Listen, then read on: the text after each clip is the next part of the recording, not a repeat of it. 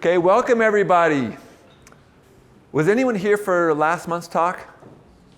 If you were, welcome back. My name is Mike Nilsson. I'm one of the financial advisors here at 10 Capital, and I am so excited you guys are here today because you get to listen to, in my opinion, one of not only the best doctors around, but one of the best people around. And so I have a nice long bio that I want to read because it's amazing the stuff that you've accomplished, and so I don't want to miss a lot of it. Dr. Laura Fralich is a dual board certified primary care sports medicine physician, and she's the owner of Northwest Sports and Exercise Medicine in Spokane. She completed her family residency in Spokane and her sports medicine fellowship at the University of Massachusetts. And for over a decade, she's worked with high school, colleges, at the pro level.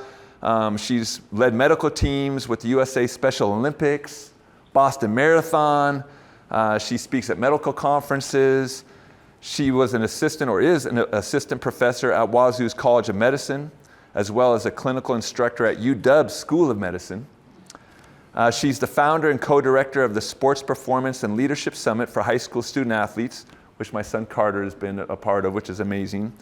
She created the Spokane County Medical Society's Women in Medicine Conference in 2023, and she's the host of the podcast, What's Right with Healthcare, highlighting the people, programs, and technologies improving our quality of life and the manner in which healthcare is delivered and received. So I know that's a lot, but I think the most important thing I left out, which is what she really does for the community, is take care of people. I've got to experience it with my wife, coming home and saying, Dr. Fralich is the best. And then I got to see it firsthand. My son Carter was a high school basketball player at Gonzaga Prep, and he had turf toe. Anyone have turf toe before? So painful and really could ruin a season. And it was so comforting after the game to have her come over, put her arm around Carter, ask a ton of questions, and he finished out the season. They were this close. They made it to the state championship game and lost, but for him to be able to play pain-free, thanks to you. So we're so happy you're here, and we're really excited to learn from you. Thanks for the invitation. Appreciate that. Thanks. Well, thanks for having me. I full disclosure, thought I was just talking to some guys from 10 Capital today, so this is kind of a pivot for me, which is awesome, actually. I'm like, what are all these people doing here? He's like, they're here for you. I'm like, oh, all right, let's do this. So thanks for having me. Like Mike said, I'm Dr. Laura Fralich. I'm the owner of Northwest Sports and Exercise Medicine. We've been open almost 2 years next month. It is a private practice, so I have been in large healthcare systems for a number of years, and after about a decade, I decided to open my own practice. So it's been a lot of fun to get to practice medicine a little bit differently in a way that kind of aligns with my values and puts patients first. So as you can see, the title of this at the bottom says SCMS, that's Spokane County Medical Society. I actually gave this exact talk at that conference back in October. So you're getting what the docs and the PAs and the nurses here in town got from me back in October. So we're going to go ahead and get started. We're going to talk about some non-surgical treatment options for common musculoskeletal injuries. Most of my patients come in and say, I really don't want surgery if I can help it. And there's certainly a place for surgeons, and thank God for them. But there are times when we don't need a surgeon. In fact, 90% of musculoskeletal injuries don't require surgery. And so it's nice to fill that niche for people if they don't need it or they don't necessarily want it just yet. The disclosure is that I perform all the procedures you're going to hear about in this talk today. So that's the only disclosure.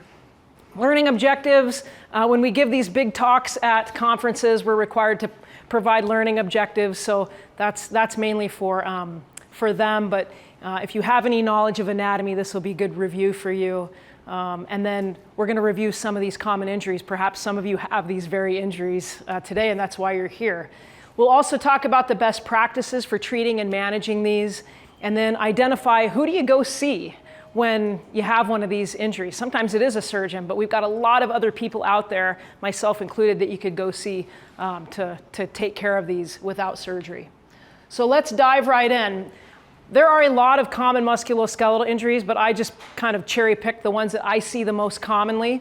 And so the first one is carpal tunnel syndrome. And then we have these chronic tendinopathies, also known as like chronic tendinitis, and I'll talk a little bit about the pathophysiology in that process a little bit later. Plantar fasciitis is a big one, so on the bottom of the foot, pain in the bottom of the foot, and then impingement of the shoulder. So those are the ones we'll talk about today. So the carpal tunnel is in your wrist. Everybody has one. And it's got a bunch of different components to it. The most important component is the median nerve. So your upper extremity has several main nerves in it, but probably one of the most important ones is that median nerve, and it's quite superficial and it's right there. And so for people who do a lot of repetitive motion, or they put their wrist on a desk or a table and they're pressing down on that carpal tunnel, that nerve, over time that nerve gets inflamed and irritated. And so you can see the median nerve is this little yellow guy right here. And so that can get quite big. I'll show you a picture of one in just a minute on ultrasound. But when it gets big, the carpal tunnel doesn't really expand. It just kind of compresses that nerve. And so you get a lot of numbness and tingling and pain, and people will wake at night shaking their hands, that kind of thing. And so the median nerve innervates your thumb, your index finger, your middle finger, and then the thumb side of your ring finger. So if you have symptoms on the pinky or the other side here of your ring finger, probably your ulnar nerve, not your median nerve. So when that nerve gets compressed in the carpal tunnel because it gets inflamed, people can have those symptoms. It can get compressed at other places too, not just the wrist. It can get compressed within the forearm. It can get compressed at the elbow. It can get compressed in the shoulder, or even up at the neck level. But most people, when they have carpal tunnel syndrome, it's in the carpal tunnel right here, and that median nerve is being compressed.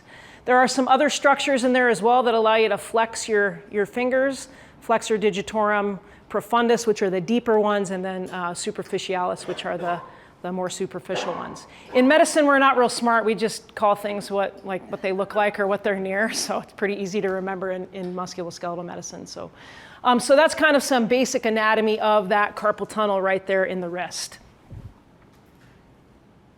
So what are some non-surgical treatments? Well, if some of you have ever had this, perhaps you started with wrist splints, and it's kind of a rigid splint at night to prevent you from doing this and this at night. Yeah, they're kind of uncomfortable. A lot of my patients will say, well, I started with it on, and then when I woke up in the morning, it was on the floor, or the dog had it in its mouth. So sometimes people will rip them off in the middle of the night.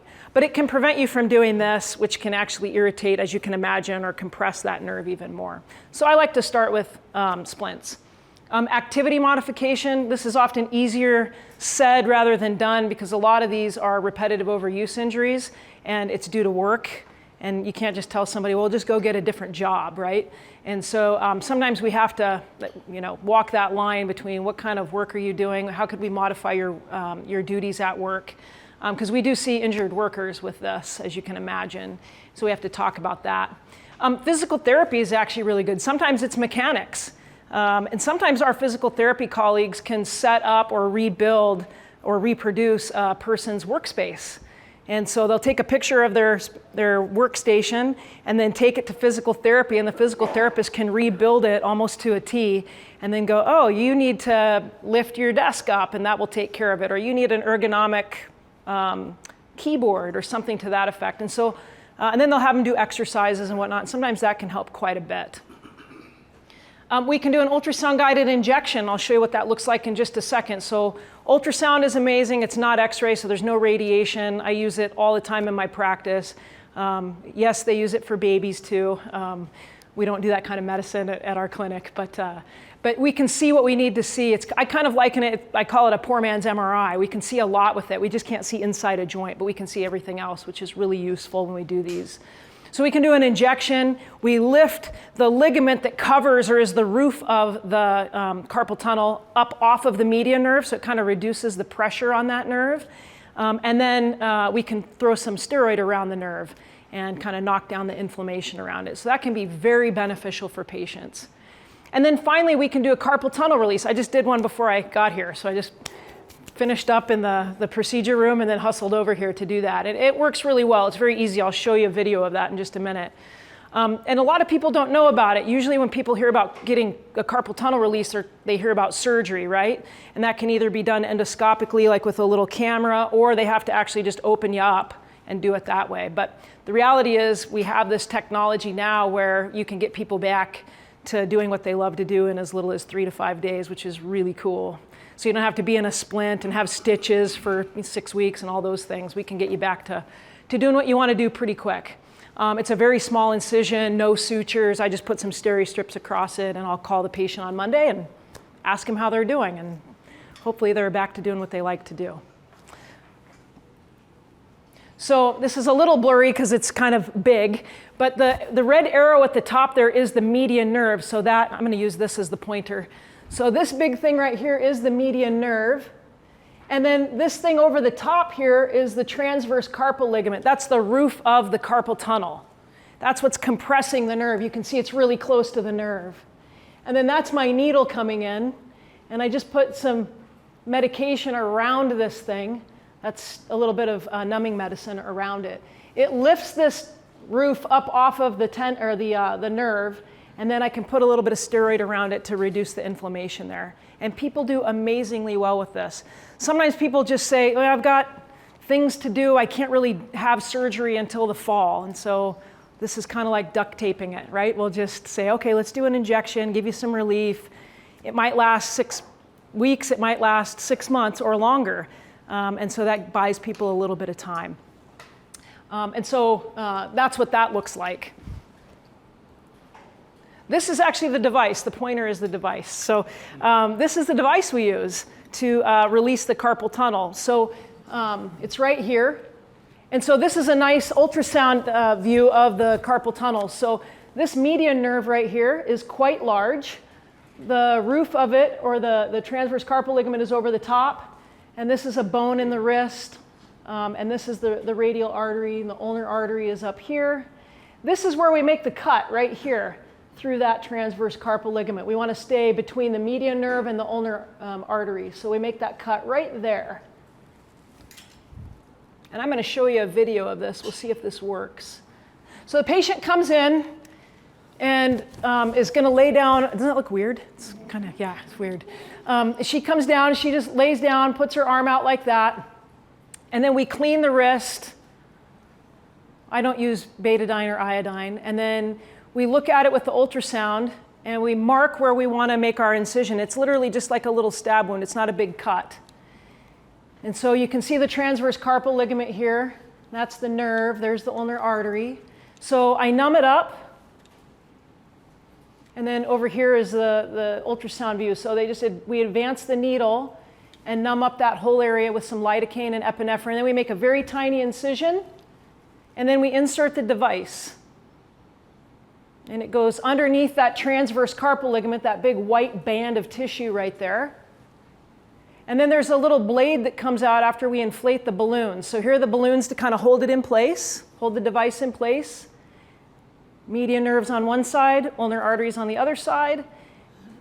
And then we cut it. So there's a little device here that is a cutting device, and will slice through that transverse carpal ligament. And then when we're done, we deflate the balloons and we move the device back and forth through that transverse carpal ligament just to demonstrate that we've cut through the whole thing. And then we take the device out, put some steri strips on. I didn't use that much gauze today. I used a little less gauze, but that's good for dramatics. And then, yeah, the patient was pretty happy and walked out very happy, could move their fingers, and was already feeling a little bit better. So that's the procedure. It's very simple. It took me about 20 minutes from start to finish. So it's a very quick procedure to do. So in my world, everybody wants to know, what's the data? What's the evidence say, right?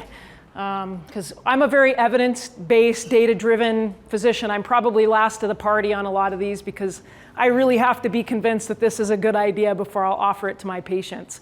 And so, as it said in an earlier slide, this has been around since 1997, which is awesome. 2 guys out of Mayo Clinic, 2 docs, they invented this. They're pretty smart guys. They invented one of the other things I'll show you here in a minute. But as I said earlier, you can return to work in as little as 3 to 5 days. You don't need medication afterwards, other than maybe some Tylenol and a little bit of ice. We don't need physical therapy afterwards, like we do with some of the surgical interventions. The success rate's over 95%. The infection rate is less than 1%. and the recurrence rate is less than 3%. So it actually, and with surgery, it can be as high as 6%. So there's certainly, I think, from what I can tell so far, a lot of good evidence to show that this is safe and effective as an alternative to having a surgical release. So let's move on to chronic tendinitis. This guy right here is one of my patients. He's a kicker. I see a lot of football kickers, high school and college football kickers, and then basketball players. So chronic tendinitis is really more of like a chronic degenerative condition as opposed to an inflammatory condition. So if you've had tendinitis for a couple of weeks, some ibuprofen might help. But if you have tendinitis for, say, 3 months, 6 months, you find that maybe ibuprofen doesn't work quite as well. And you're like, gosh, this used to work and it just doesn't, nothing works anymore. And that's because it's no longer an inflammatory condition. So anti-inflammatories don't work when the condition is not an inflammatory condition, right? So we kind of liken it to a wet, ratty, threadbare rag, the tendon. That's what it looks like, as opposed to this puffy, inflamed tendon. And so we will often see that at the tendon or the lateral elbow for the common wrist extensor tendon. We call it tennis elbow. And then also for like Achilles tendinopathy, I see a lot of Achilles.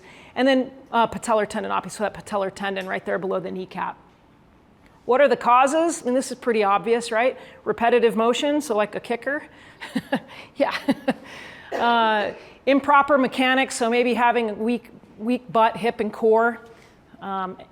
Nutrition can actually play a role. I'm sure Mike likes to hear that, yeah. So we can certainly counsel folks on nutrition. And then just having a chronically inflamed knee or whatever other type of joint. Sometimes people have underlying inflammatory conditions like rheumatoid arthritis and whatnot that can unmask these things or make you at greater risk for them. So here's what I was talking about. You can see the Achilles on the left is quite thickened, whereas the Achilles on the right is normal and skinny and looks fine. As I said, the physiology of tendinopathy is kind of on this continuum where from about day 0 of injury to 6 weeks, we consider that a tendinitis, so the itis ending. And then after that, it becomes more of this degenerative looking type thing, like the wet, ratty, threadbare rag. So if we biopsied a piece of tendon and put it under the microscope, there wouldn't be any inflammatory cells in that chronically injured tendon. The tenocytes, the cells actually change. The collagen fibers actually become a little bit, for lack of better terms, degenerated as well. And so you're at greater risk for tearing as well, right? So what are some non-surgical treatments? Because a lot of these don't require surgery unless, unfortunately, it tears, and then you might need a surgery, right? So physical therapy, I'm a huge fan of physical therapy. I love physical therapists. I think they're amazing, and they do a lot of really good stuff. And so that's why a lot of your physicians, when you go in, you're like, oh, I hope they don't tell me to go to physical therapy, but they're probably gonna because it works. And it's a very specific type of physical therapy. We call them eccentric exercises. So if you think of like your bicep, and if you curl your bicep this way, that's a concentric exercise, meaning that your muscle shortens along with the tendon. But as soon as if you had weight in your hand, as soon as you lower that weight down, that's an eccentric exercise. And so that elongates the muscle and the tendon right where it becomes, right where they come together. And that actually causes cell turnover, and that's a good thing because that actually promotes healing and decreases pain and improves function. So we really want to do eccentric exercises when we have a chronic injury.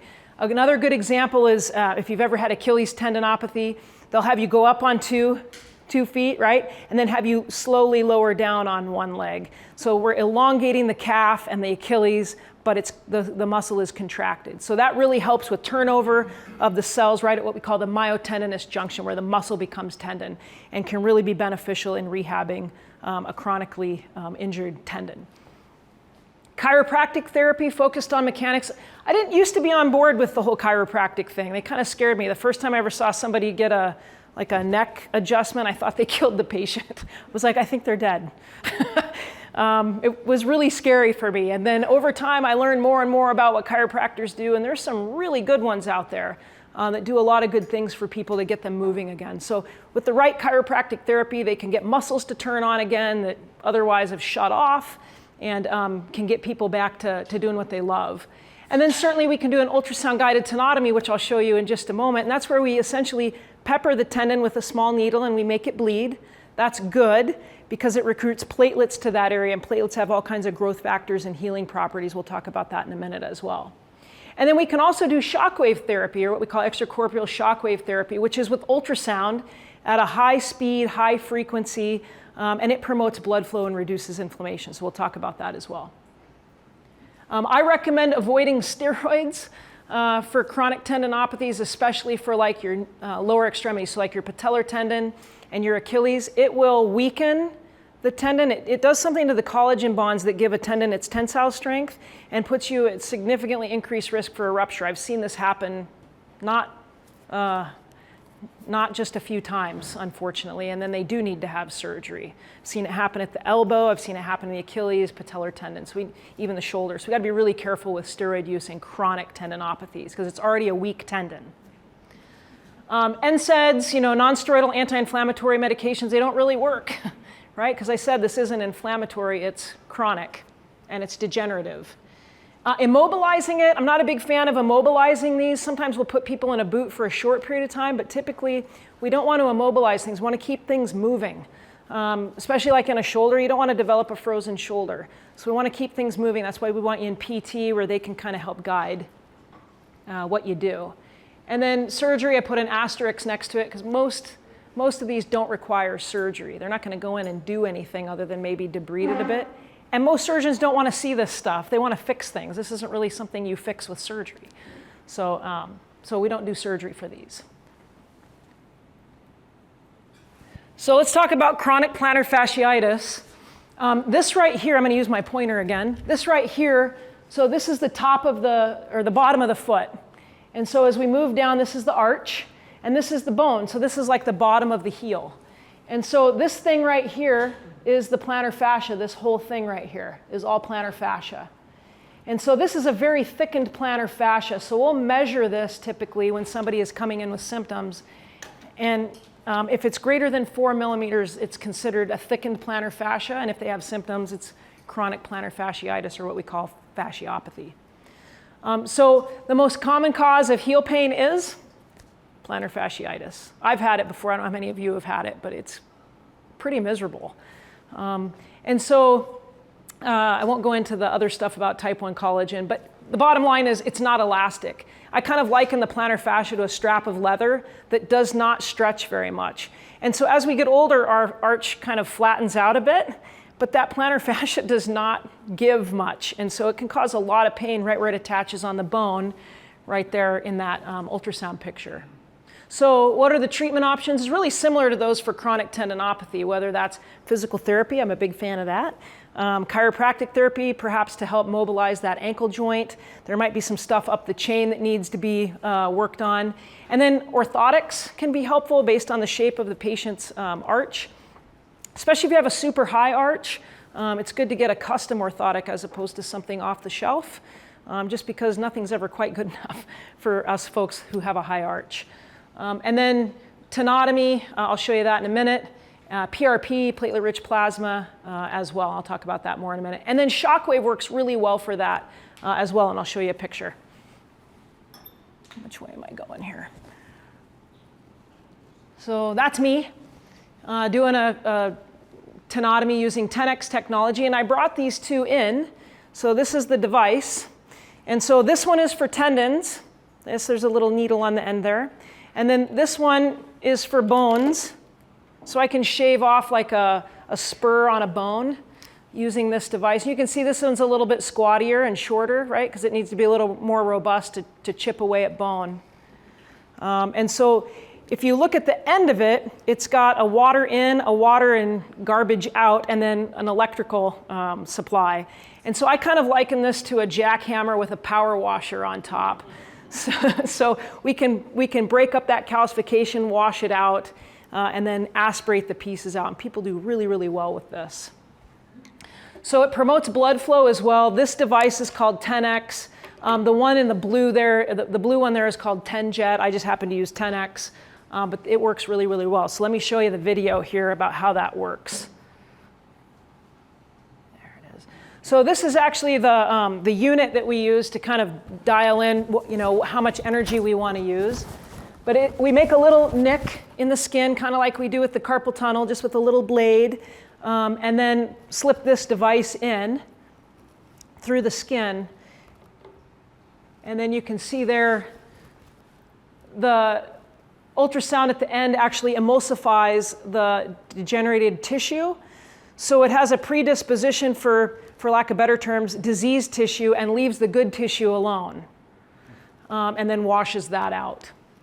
And so you can do it for, all different kinds of body parts, and works really well, including calcific tendinopathy. So if somebody has calcifications in their rotator cuff, I can break those up, wash them out, and the patient goes home and doesn't need to have surgery, which is pretty cool. So this is the Achilles. So we make a little incision, slip the device in, and just break up those calcifications. Or on the right, that's actually bone, like a spur. And we can break that up, chip away at it, for lack of better terms, and then aspirate the pieces out while preserving the good tissue. Hopefully nobody's getting queasy. All right. There's good evidence for tenotomy. I think when I sent this, that got kind of goofed up, but it's great for tennis elbow. In fact, that's where we use it the most, is for tennis elbow, and that's where we see our best outcomes. And then for the Achilles, the middle 1/3 of the Achilles, so we break the Achilles into thirds. I've not seen good results with insertional, like right on the calcaneus or the heel bone. Not seeing great results with that. We're still kind of working on that, but I'm actually treating an individual right now who got a pretty large burn on the back of his heel from the procedure, because they did it for so long. And so now we're kind of having to treat that, but he's healing fine. I didn't do that procedure, by the way. And then we'll also do it for the patellar tendon. So like my football player, the kicker, he had it done and did incredibly well. In fact, we usually tell patients like, hey, in about 6 weeks, you'll be 30 to 50% better. And he came back in 2 weeks, and I'm like, how you doing? He said, well, I just got back from snowboarding yesterday. I was like, you did what? He's like, yeah, I feel incredible. So the younger you are, the more robust your platelets are, you do pretty darn well. But that said, we see a lot of folks who are 30 and older who do incredible as well. So, and then chronic plantar fasciitis, will do this procedure for them too, and they do great, because again, it promotes blood flow to that area too. Plantar fascia doesn't have a great blood supply, so we're trying to promote blood flow. All right, anybody ever heard of PRP before? Platelet-rich plasma, yeah? It's your blood. So you have platelets in your blood, right? Among other things, red blood cells, white blood cells, some other things. And platelets have all these growth factors and healing properties like I talked about earlier. And they're kind of like held there until one of two things happen. They either get damaged or they hit collagen, which in this case would be a tendon or inside a joint. And so we use PRP for tendons and joints a lot. And it works very, very well. So what happens is I've got a little cascade here. You have the PRP injection, the growth factors get released. There's actually an inflammatory response, because what's happening, we're talking about chronic injury here. So poor blood supply, your body has already said, I'm not really going to pay attention to that anymore. And so what do you do like when your phone is misbehaving or your computer's misbehaving? You turn it after you swear at it, right? Then you turn it off and you turn it back on, and it kind of like reboots, right? That's kind of what PRP does, or a tenotomy. It kind of tells your body and your brain like, hey, go fix that chronic thing. You've been ignoring it. And so what happens is it creates an acute inflammatory response on a rather like chronic degenerative either tendon or a joint. And then you get an accumulation of all of these new cells that want to come in and go and clean things up. So I liken PRP to if you want to have your deck replaced, but you're not ready to do it yet. So PRP kind of goes in and sands it down, stains it, and puts a new layer of, a new protective coating on, and gives you a few more years of life on that deck, kind of like a joint or a tendon. And PRP is really incredible, really easy to use. You just got to come in well hydrated so we can draw your blood. We spin it down in a special machine, and then we get your platelets and we inject it right back into your joint or tendon, and people do just really, really well. As I said earlier, people usually get 30 to 50% better around the 6-week mark, and then at 12 weeks we tell them you're about 50 to 80% better. Some better than others. We give them a wide kind of lane to bump around in. And then the other thing we do is if we're going to have it in a tendon, you got to do eccentric exercises. So I won't even entertain the idea of doing it in a patient if they won't go to physical therapy afterwards. So really around the 3-week mark, if it's a tendon, we'll have them go do eccentric exercise if they have a PRP or a tenotomy. Our friends at Harvard and Spalding back east have done a ton of really good research on that, and the sweet spot after a PRP injection or tenotomy is about 3 weeks when you start PT. Before that, you're a bit sore anyways, so it's just better to go after that's calmed down a bit. So, but people do really, really well. And these are the growth factors if you want to nerd out. Evidence for PRP, so same thing, tennis elbow. It works great for tennis elbow, and then the efficacy drops off, I would argue, rather significantly after that, and yet we see really good results, particularly if we needle it while we're in there too. I don't do that for joints. We can't needle a joint, but people tend to do pretty darn well with that. Some will ask, do I need to do like more than one injection?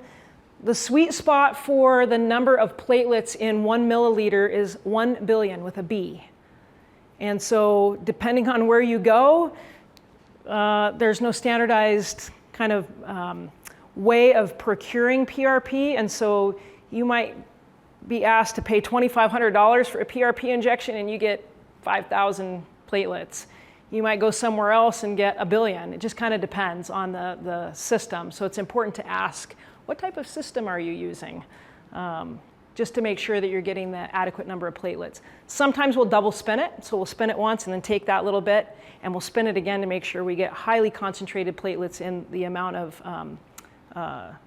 plasma that we do get out of your blood. So not all PRP is created equal. That said, if you combine it with tenotomy, it works really, really well in a lot of cases. And then we've got shockwave. So this is actually my unit over here on the left, and it's called stem wave. The one on the right there is called, I think it's called soft wave. And there are a lot of different ones out there. I won't bore you with the different details, but essentially, ultrasound, it's just high frequency, high speed ultrasound. So the one that we use runs at about 3,300 miles a second. I don't even know how they calculate that. I was pretty good in physics and I don't know how they did that, but it promotes blood flow and reduces inflammation at the cellular level. Now I will say stem wave, which is the product I use, they claim that it promotes stem cell proliferation, and I don't think that's true. There's not enough data out there to support that yet, so that's kind of where I deviate from them. But otherwise, we see really good results. So what we do is we'll map somebody. We'll bring them in, and if they're afraid of needles or they say, I've heard of this stem wave, shockwave thing, we'll map them, so basically screen them. So let's say they have plantar fasciitis. We'll have them walk, do some different things, rate their pain, then we'll do the mapping. So we'll basically do a treatment.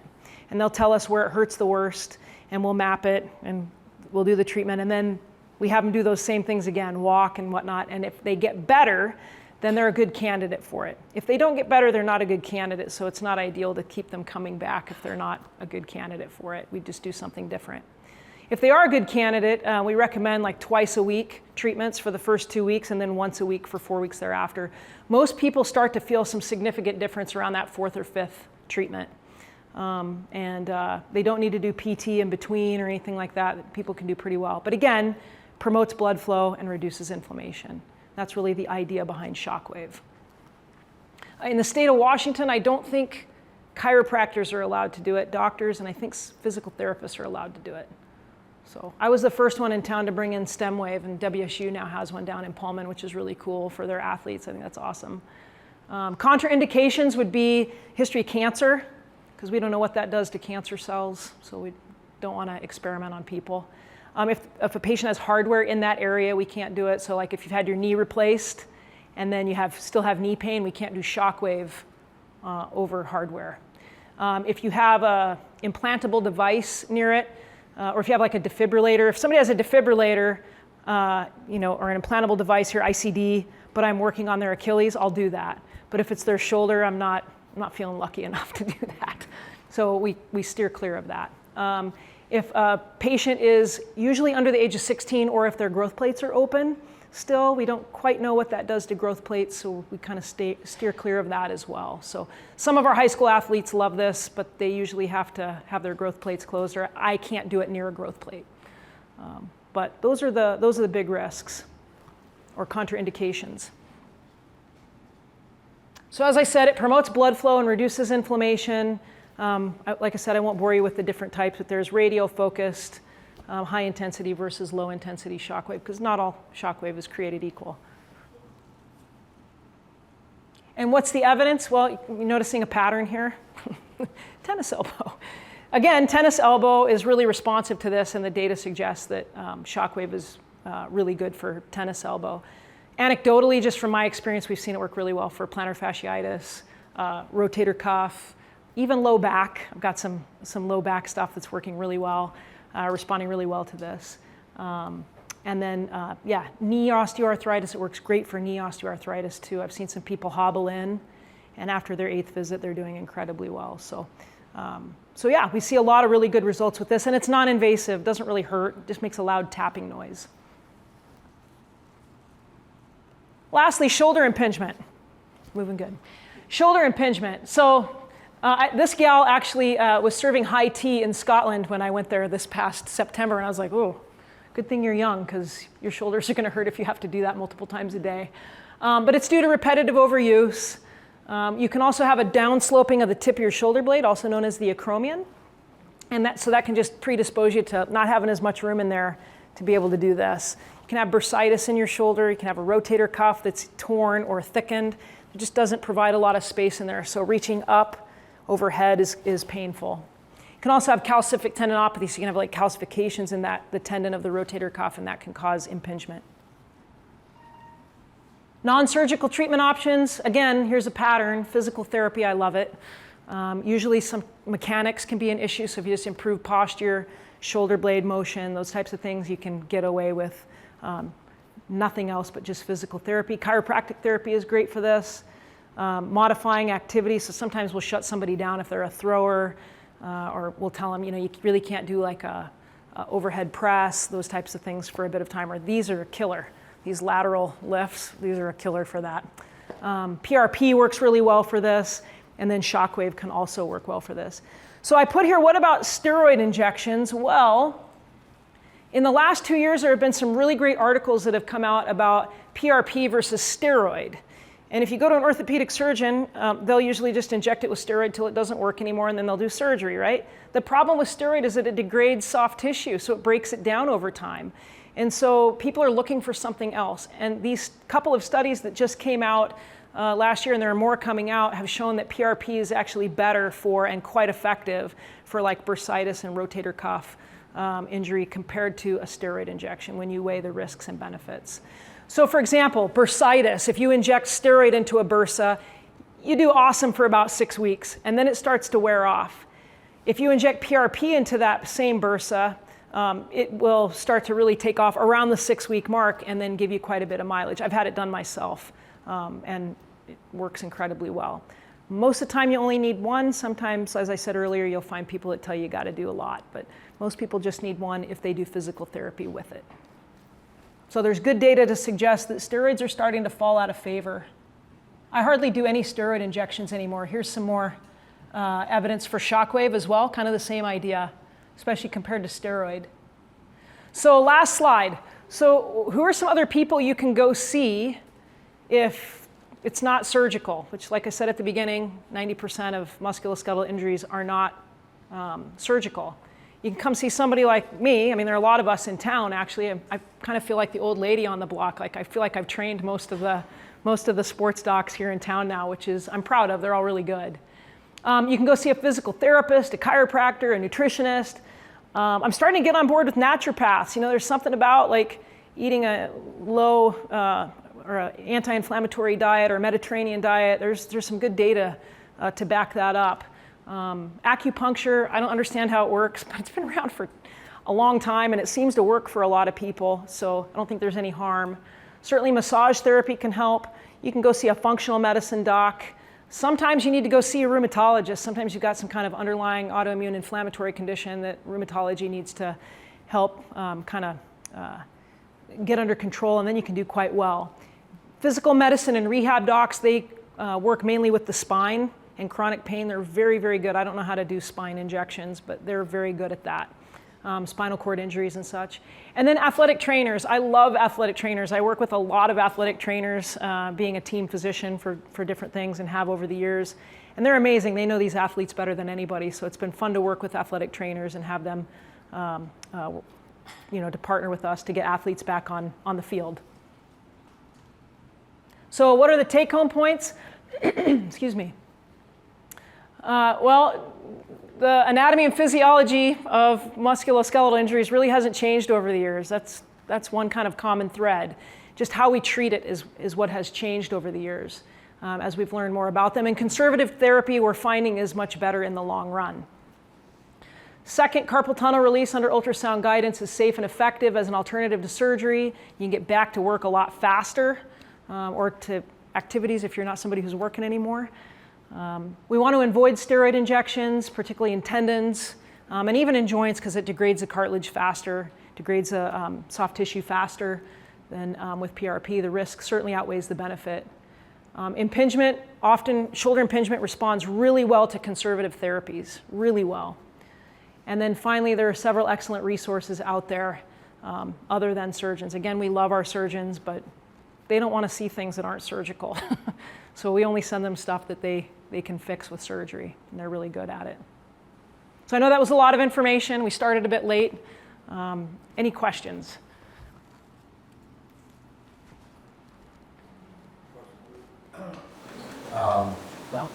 Pickleball, you get many injuries, people coming to you, pickleball injuries. All the time. Yeah, all the time. Yeah. I read it, a lot of people hurt their Achilles. Yeah. So, Yeah. so I'm afraid of the pickleball get hurt. Sure. I think if you were to even go to your primary care doctor and say, hey, I would like to start playing pickleball, could you guide me towards somebody that might be able to help me prepare for that? So that might be a physical therapist where they give you, or a personal trainer where they give you a home exercise program. And then you can start to do that on your own and then say, okay, I'm going to start doing some sport-specific exercise. I feel pretty good. I think I want to give it a try. We've seen people do that before and they do well. I would not recommend just going from couch to pickleball because that will happen. Yeah, good point. Yes? Are all of these therapies equally successful for seniors? It depends on their health. So if they're a smoker, if they're diabetic, if they have cardiovascular disease, we're talking about blood flow issues, that can certainly make it more difficult for them to respond as well as, say, our 20-year-old football player. That's a really good question.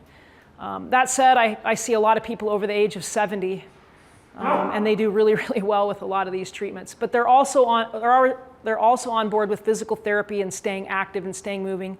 And a lot of our patients are highly motivated, our older patients. Yeah. But if they're a smoker, they tend not to do very well. If they're overweight, they tend not to do very well. Yeah.